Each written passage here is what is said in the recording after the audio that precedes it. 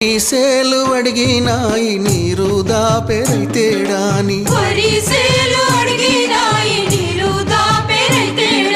పత్తి సేలు అడిగినాయి నెత్తురు జల్లెరైతేడాని అవి పట్టుకొని ఏడుస్తున్నాయో తుల్లి తుల్లి ఏడుస్తున్నాయో